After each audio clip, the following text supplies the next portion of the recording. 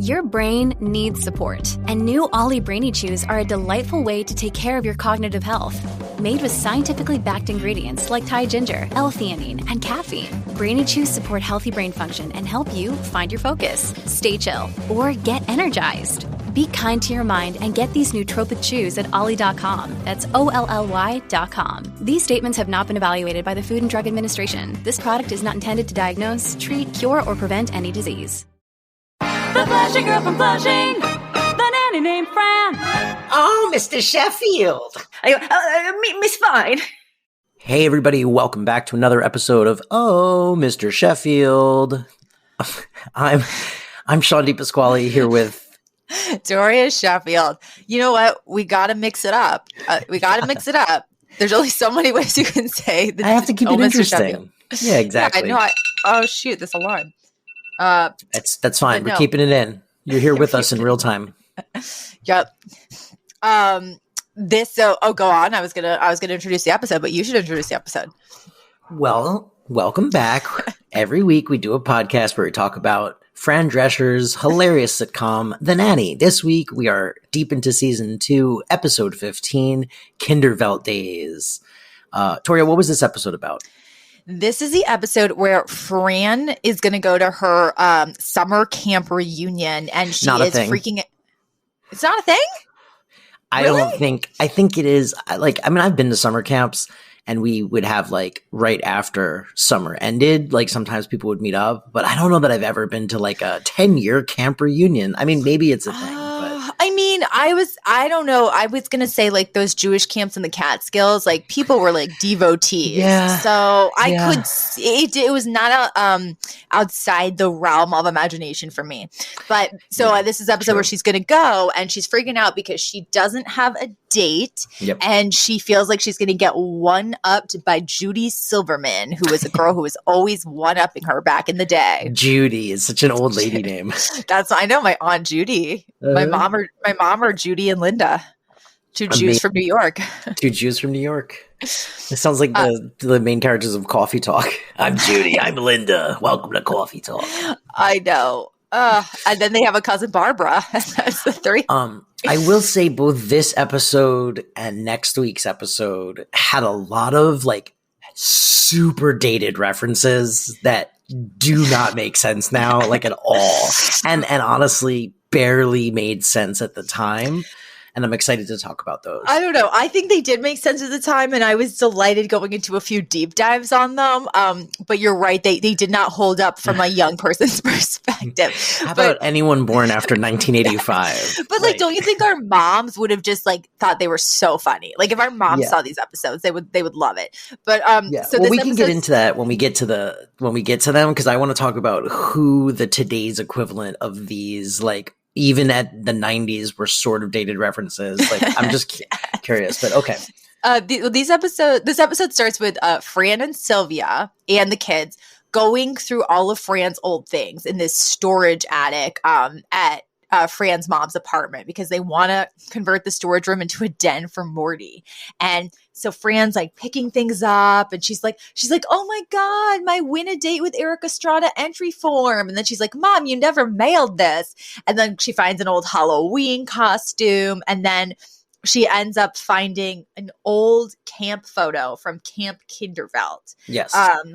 And this is where she reveals that little Judy Silverman was always trying to one-up her. And she even said sometimes she did, sometimes she didn't. Oh no, she says sometimes she did, and sometimes a little X-Lax in her hot chocolate kept her out of Color Wars.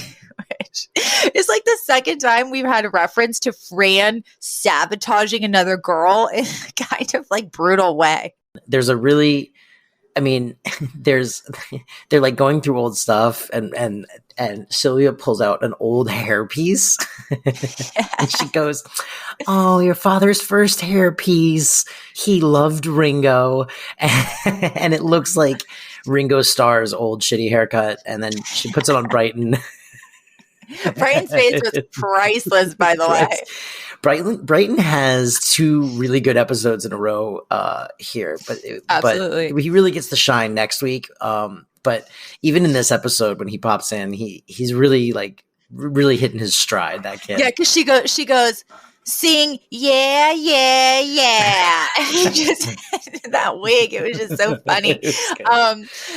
So you know, that's our first scene. And then the B plot of the episode, we're back at the mansion and we established that Cece is a smoker and that she often has to go outside to smoke. This was barely a B plot, but it was barely a B plot. And like, you know, the B, we'll get to it, but basically her little happening is that she's trying to quit and Niles is trying to ensure she gains weight while she quits, which is just a mean thing to do.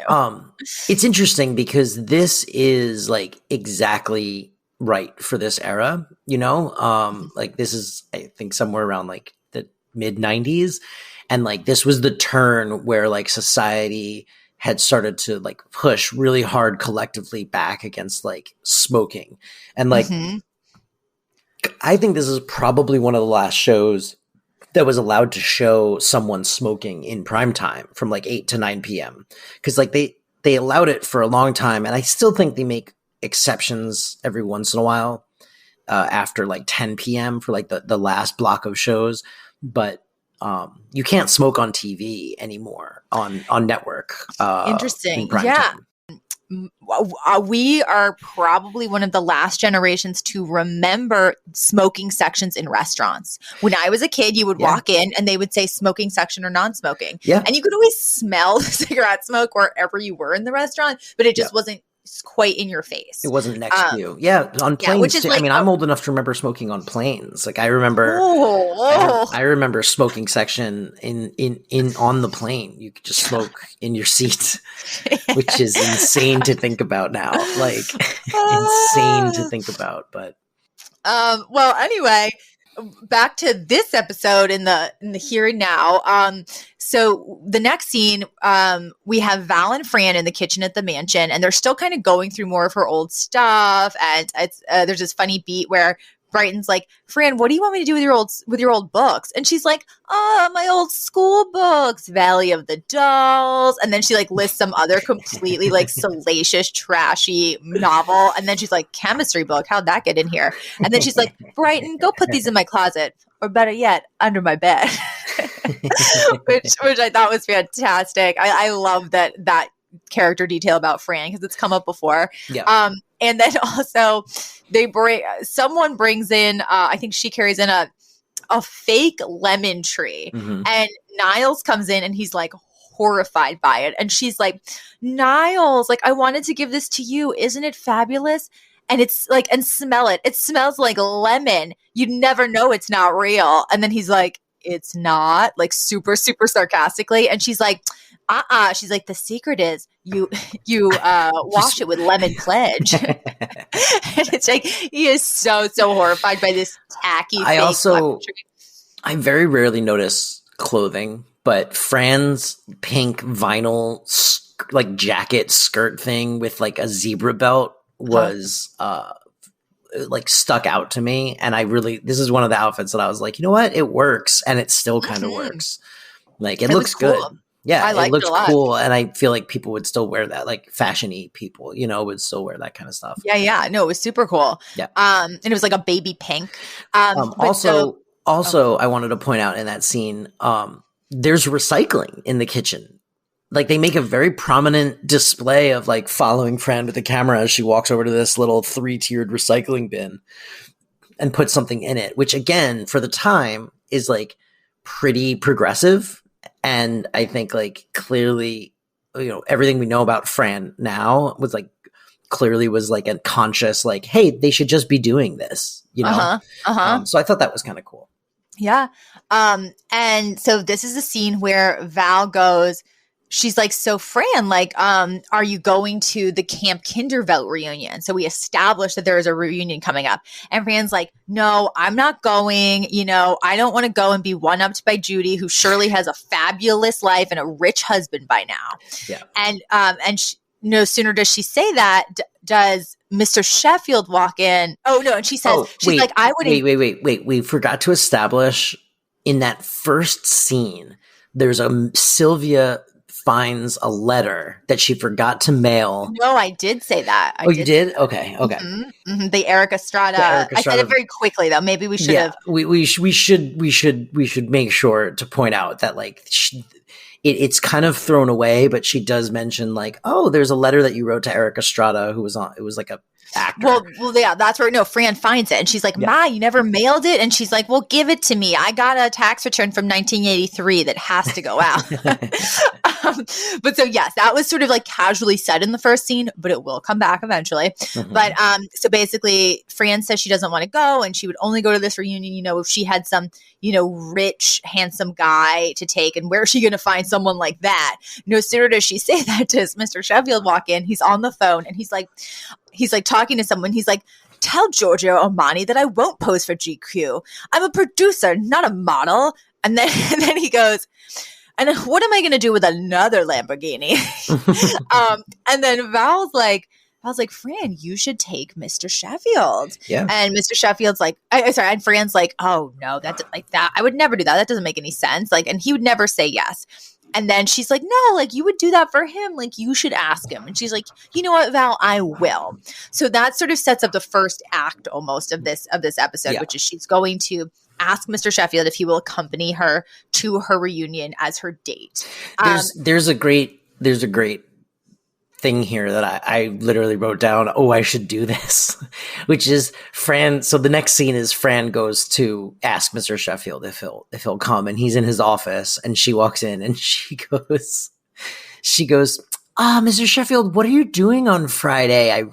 I really need you to ask you a favor. And he's like, "Oh, Friday. Oh, I'm so busy on Friday. Any other day, and I would be able to do it." And she goes, "Oh, that's perfect because it's actually Saturday."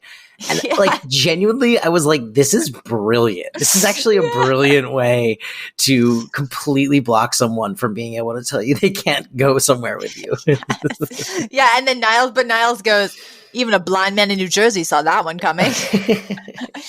It was great. And then there's also, while she's in there talking to him, we also see that Niles has dragged that hideous fake lemon tree out onto the terrace, and Cece's out there smoking. And Mr. Sheffield goes, "Niles, take that hideous thing off the terrace." Or no, get that hideous thing off the terrace. And Niles just opens the door and goes, "Miss Babcock, Mr. Sheffield says he wants you off the terrace." And she listens. She's like, "Oh, okay." Because she doesn't know it just preceded that. It was great. A very, very funny zinger that I did not see coming, even though, again, I should have by now. Yep. But so basically, she says she asked him if he'd come with her, and he's like, "Oh no." He's like, "Miss Fine, I loathe reunions. I really won't." And he refuses. And she's like, after all this joke, by the way, that comes up, I had to Google the reference. It is so dark. But she goes, "After all the favors I've done for you, you've schlepped me out on that yacht on a Sunday, all the way up to Newport. Also, you can hang out with Klaus, and I'm stuck inside with Sonny, who hardly says two words." And, the audience laughs really loudly at that. And, obviously there's the first part of the joke where she's describing, like, I'm being schlepped away on a yacht, which is obviously funny. But then I'm like, who are Klaus and Sonny? I did not know.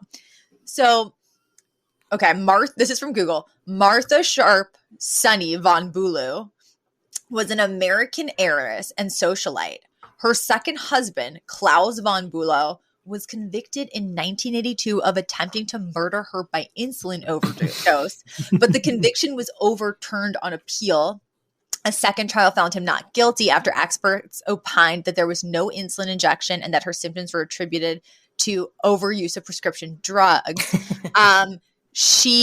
It said the story was dramatized in the book Reversal of Fortune. Sonny lived almost 28 years in a persistent vegetative state. It's a real dark joke. Yes.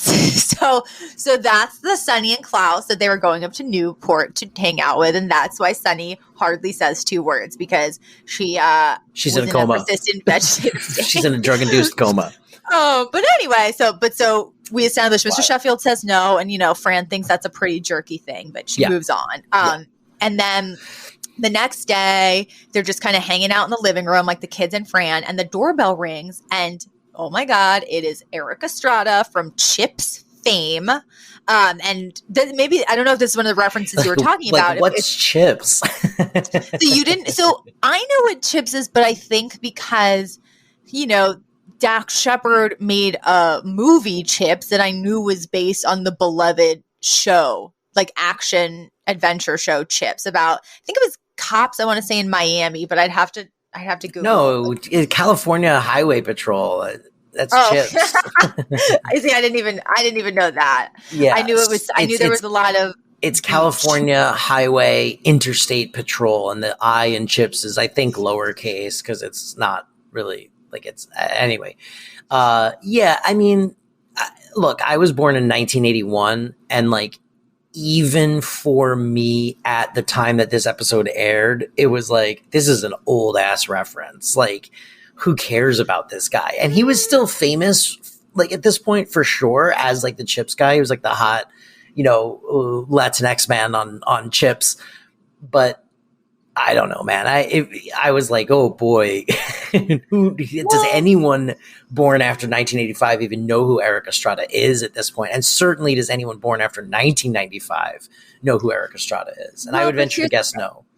So this was, I'm trying to see when Chips ran for. I think it started in 77. So that means it would have run until about 83. Okay. So that means, it was just about a decade. I don't think that's crazy. I think this is our age or our, blind spots showing up, because let's just say there was a show today and like that reference, like what's a show from 10 years ago? It's just like,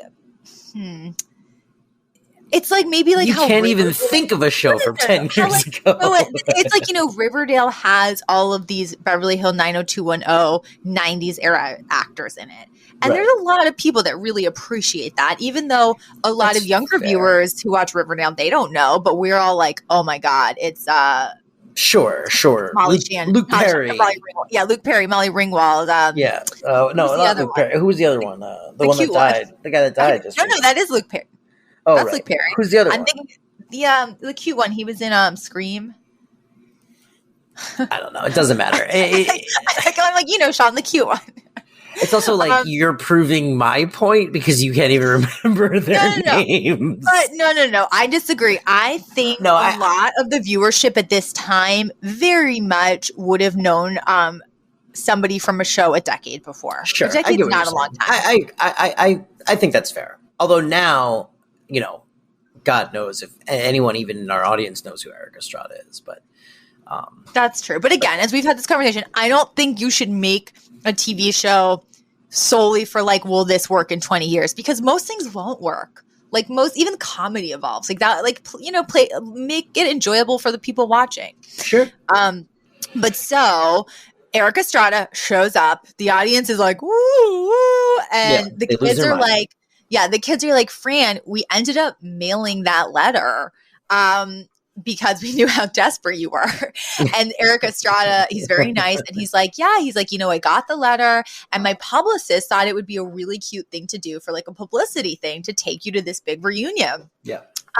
And so Fran is like so over the moon about it. And I forgot to say that before this scene, we have a moment with Mr. Sheffield and Niles in the kitchen where basically Mr. Sheffield is he's reading the paper and he's going, he's like that Andrew Lloyd Webber. He won up to me again. He got the rights to a play I've been wanting to make for years. Like just once I'd like to top him.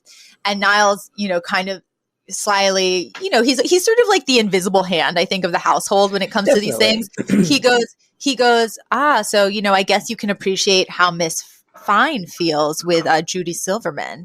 And instantly, Mr. Sheffield's demeanor kind of changes. Yeah, he feels bad. Yeah, he feels guilty. And he's like, you know what? You're right. He's like, I will take her. And, and he kind of, though, he clearly also like has a bit of a big head about it where he's like, I guess it would be quite a thrill for people to see her with me, and so he goes to busy himself to sort of find his outfit and really make sure he makes a splash with her when he accompanies her.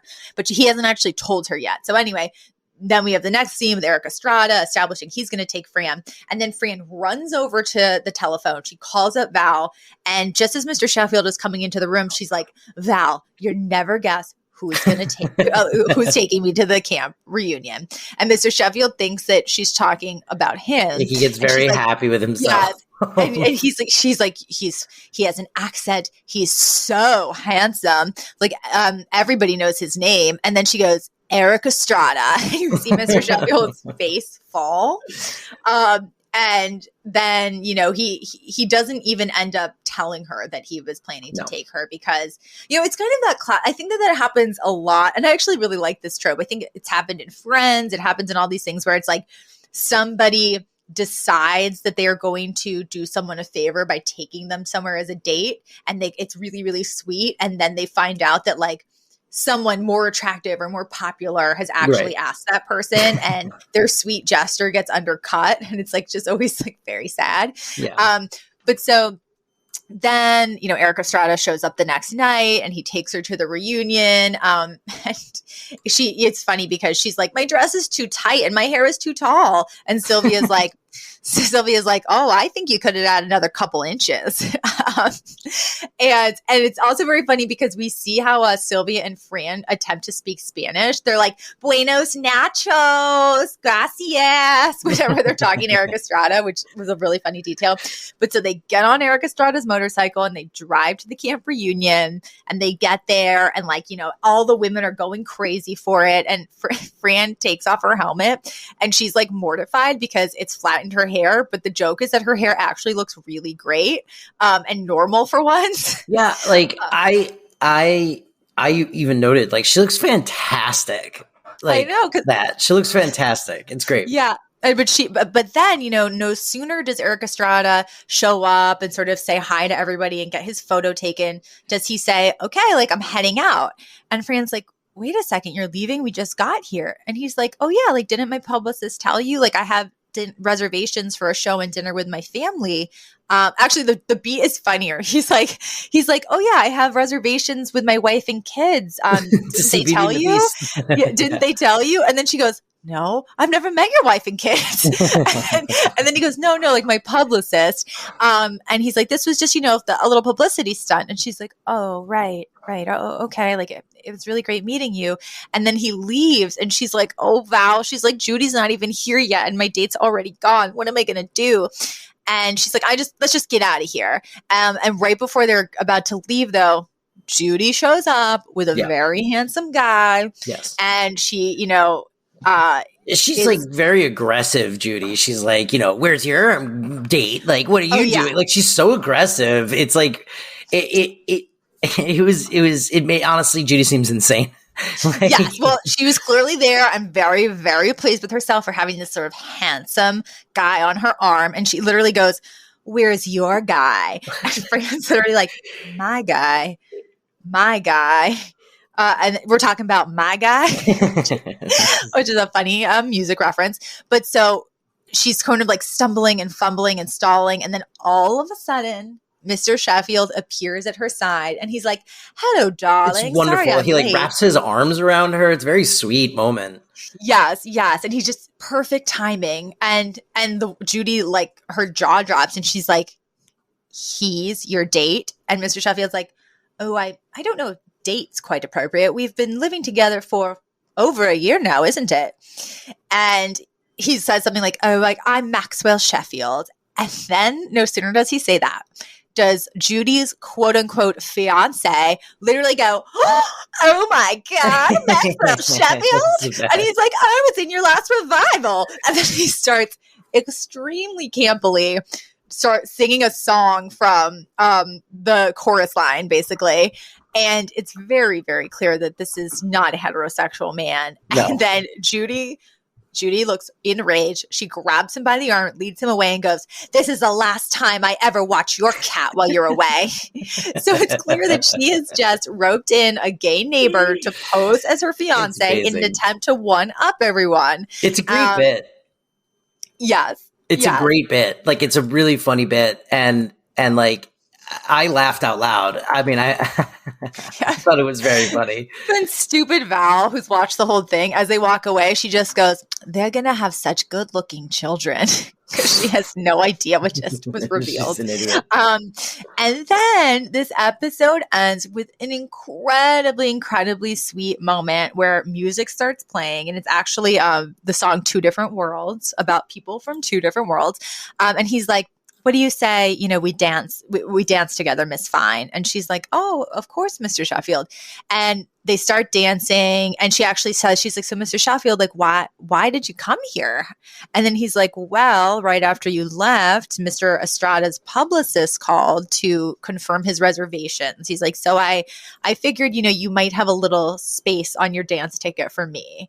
And he says it like, very humbly, but it's so clear that he showed up to sort of come to her rescue. It's really sweet. Yeah. And then they're dancing, and it's just this very, very earnest minute or two where they're dancing around the room and they're looking into each other's eyes, and you can just tell there's so much between them. And he even says she looks lovely.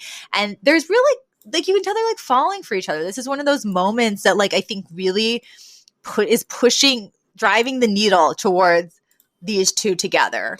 But then of course, just when it's very, very earnest, he dips her and we hear her dress tear. And then, they kind of like shuffle out of the room. And that's the joke that it ends on, but not before very, very sweet couple minutes of them dancing together and clearly like falling for each other. It's funny that you just said that it sort of pushes, because I use the same thing in my notes as I was like, this is a very sweet moment and it really pushes the needle towards like falling in love. I mean, it was my exact note. It really does. I mean, it's a very, it's one of the most deliberate moments of connection we've seen between them in the whole series, I think. Yes. So yeah, a pretty big episode, it turns out, as far as plot development goes, as it were. Yep, and very funny and very fun. And then one thing that we breezed over because it wasn't super relevant to the plot is the scene where Niles is literally baking cakes, eclairs, pizzas, and pot roast, and putting it in front of Cece, just in order to have her gain weight. Yeah, but that was the other little. And then the closing credits scene is like it's just sort of them reminiscing about like stuff as they're going through Fran's old stuff that they took from storage, and it's like kind of a throwaway scene, but it does this weird thing where it establishes that Val still lives in her parents' house, and then she says something about basically like, I wish they would just let me know when they're going to play pool. Oh no. Which implies that she's sleeping on the pool table in her parents' den. No, what she does is she says it's established that her parents have converted her old bedroom into a rec room. And then it's established, though, that she still sleeps in that room. So they did it while she was still living in the house. And she goes, I wish they'd just wake me up before they start playing. She's like, give me time to get off the table. It's so sad. And then Fran goes, hey, at least they installed a wet bar so you can shower. It's so funny. But anyway, so that's the episode. It was really delightful. Good episode. Really good episode. Yeah. Should we move into segments? We should move into segments. And now, segments. So, segments. Yeah, no, I think we should move on to segments. We can move on to our segments. And now, segments. Segments with Shawn and Toria. Okay, so favorite lines, moments. I already said, I love when Sylvia and Fran go, Buenos Nachos. Yeah, I loved Buenos Nachos. I also had, so Fran's wearing platform heels. And sort of talking to the kids about the 70s, and I think it's Maggie goes, it's Maggie. She goes, how did you keep from breaking your ankle? And Fran goes, that's what the bell bottoms were for, to hide the swelling, which I thought was a really funny line. I know. I really enjoyed that too. I liked in the very, very first scene when Fran is looking at her old camp photo and says to the kid, she's like, oh, that Judy Silverman, she was always so threatened by me. And then Maggie goes, why? Because you were prettier? And then Fran goes, yeah, that. And I actually threatened her. I also really liked Erik Estrada meets Mr. Sheffield in the house, and he's like, "I'm a producer," and Erik Estrada goes, "Oh, what TV shows do you produce?" And he goes, "None, I make theater." And Estrada goes, "Wow, so how did you get this house?" Which is a question you and I have asked. And it's such a dig to like the theater world versus the movie world or TV world. But it's funny because sometimes there are lines that I like, but I don't bother writing them down because I know you're going to write them down. And I'm like, funny. And I didn't write that down specifically because I'm like, I bet Sean's going to flag that one. That's funny. And then there was this one scene where when Mr. Sheffield decides that he's going to go to the reunion, he decides he wants to wear his green jacket and his green suit, and he tells Niles to go fix it up, and then Niles tries to tell him that he looks tubby in it just so he doesn't have to go do any extra work that day. Yeah, he's like, oh, because Mr. Sheffield's like, yes, the green suit. Oh, Niles, that means you're going to have to just repair the button, steam it, and if you could just do that like little bit of hemming that we talked about. And then Niles, who at first had been like so encouraging of him wearing something nice, is like, the green suit. Don't you think it makes you look a bit tubby? He's just the worst. He's the worst. It's so mean. He's the best. It's great. And then I just have the note where I said the dance scene was so great, and I genuinely loved it. Loved it. Yeah, same. Genuinely loved it. Any others? Yiddish. I mean, I guess the title is Yiddish, right? The title is Yiddish, and also we use the word schlepped, which we've used before. Yeah, schlepped away. Yep, and schlepped away, and it's just to go out of your way to get somewhere. Usually going out of your way to get somewhere. Nanny trivia. This is kind of apropos of nothing, but interesting. Fran Drescher took dictation classes to try to get rid of her accent when she was younger and early in her career. And she even had a teacher in high school. I think you mean diction classes. Dictation would be like dictating. Yes, I'm sorry. Yes, diction classes. Yes. Sorry, not dictation classes. She took diction classes. We're gonna get another Apple review that's like, these morons know nothing. And I have to keep telling my dad, stop leaving negative reviews. I'm glad it's your dad, because otherwise I would assume it was my cousin Jenna. She even had a teacher in high school tell her that she needed to lose the accent if she was ever going to make it in acting. Wow. And here's the one thing that is like so impressive about Fran Drescher, though.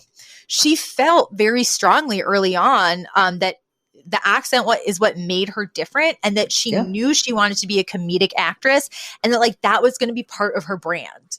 And I think that takes a lot of like something. I don't know what it is like. It's a certain je ne sais quoi. You might say, certain je ne sais quoi, to say, okay, I have all these older people who seemingly have more experience than me telling me this, but I don't think that's true. So she stopped taking the classes. She was like, I'm already getting a little work with this accent, and that's going to be my thing. And apparently, in an interview where somebody interviewed her actual mother about like Fran's voice, the mother said something like, "We never knew she talked funny." Like, it was such further proving that Fran's real life mother is just Sylvia. Yeah, it was so perfect. That's good. And then for the Fran or the CC, I said, I think you're more the Fran because you were a camp kid and I wasn't. Yeah, and also I quit smoking before you did. Well, because I never smoked. Yeah, but I quit first, so that's I guess that makes me the CC and you the Fran, technically. No, the only times I've ever smoked is when I was under the bad influence of the Bunny Ears crew, when I would do it just to fit in. That's true. That's why everyone smoked. If smoking wasn't bad for you, I would 100% do it, because I love. Who wouldn't? Yeah, I guess that's true. Who wouldn't? It's awesome. Well, here's the thing. A lot of people are really grossed out by the smell. I'm not grossed out by the smell. They're and nerds. it does prevent stupid nerds.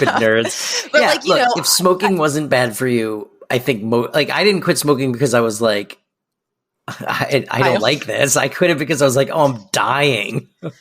Yeah, I mean, I love anything that involves kind of keeping your hands busy and that kind of honestly not having to snack all the time. It replaces my snacking. And it makes you cooler.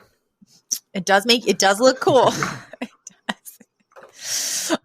My older brother, I say oldest brother, I only have one. He quit smoking, and it got to the point where he would only smoke in the car when no one else was around. And I once asked him, I was like, "Why do you smoke?" And he goes, "Because it looks so cool." Yeah, and honestly, I would even venture to say I didn't quit smoking because it was killing me. I quit smoking because Elizabeth didn't want me to die. And she was like, "You really should quit smoking." Because I was slowly being killed by cigarettes for years and was just like, yeah, but I look so cool and I love it so much. I know it's such, Anyway, don't smoke, kids. Here's the other, don't smoke. Well, here's the other. You can vape though. I still stand by that. Vape till your heart's content. No. Don't do any of that. It's all terrible for you. But I will say this. Vaping is bad for you. Prove it. It's your heart rate goes up. It does bad things to your brain. So does roller coasters, but you don't see me going on roller coasters. Actually, I hate roller coasters. You're not doing 20 roll. I don't like them either. Why would you put yourself? Why? Why do you want to be like that? Just exactly. Jostled around. Thank you. All right. Well, let's save that for theme park cast. When we get to I was going to quickly say, smoking does make you look really old prematurely. So that's another huge deterrent. Although I smoked for years and kept my boyish youth, so I don't know. But I also have bad genes. Anyway, listen, if you enjoy this or if you work for some type of anti-smoking organization and you want to tell us that this episode was inappropriate for all audiences, you can find us on social media at Mr. Chef Pod. That's with 2 F's. The O is spelled normally. You don't have to spell it like it just, I don't know why I said it like that. You just got punched in the stomach. Mr. Chef. Mr. Chef Pod. That's 2 F's in chef. Listen, you love it. We love it. Tell people that you love it by leaving a 5-star review and some comments or no comments, but 5-star review is very helpful on Apple Podcasts. Yes. And come back next week when we will talk about episode 16, season 2 of The Nanny. The Nanny. All right. Goodbye. The Flashing Girl from Flushing. Named Fran. Oh, Mr. Sheffield. Miss Fine.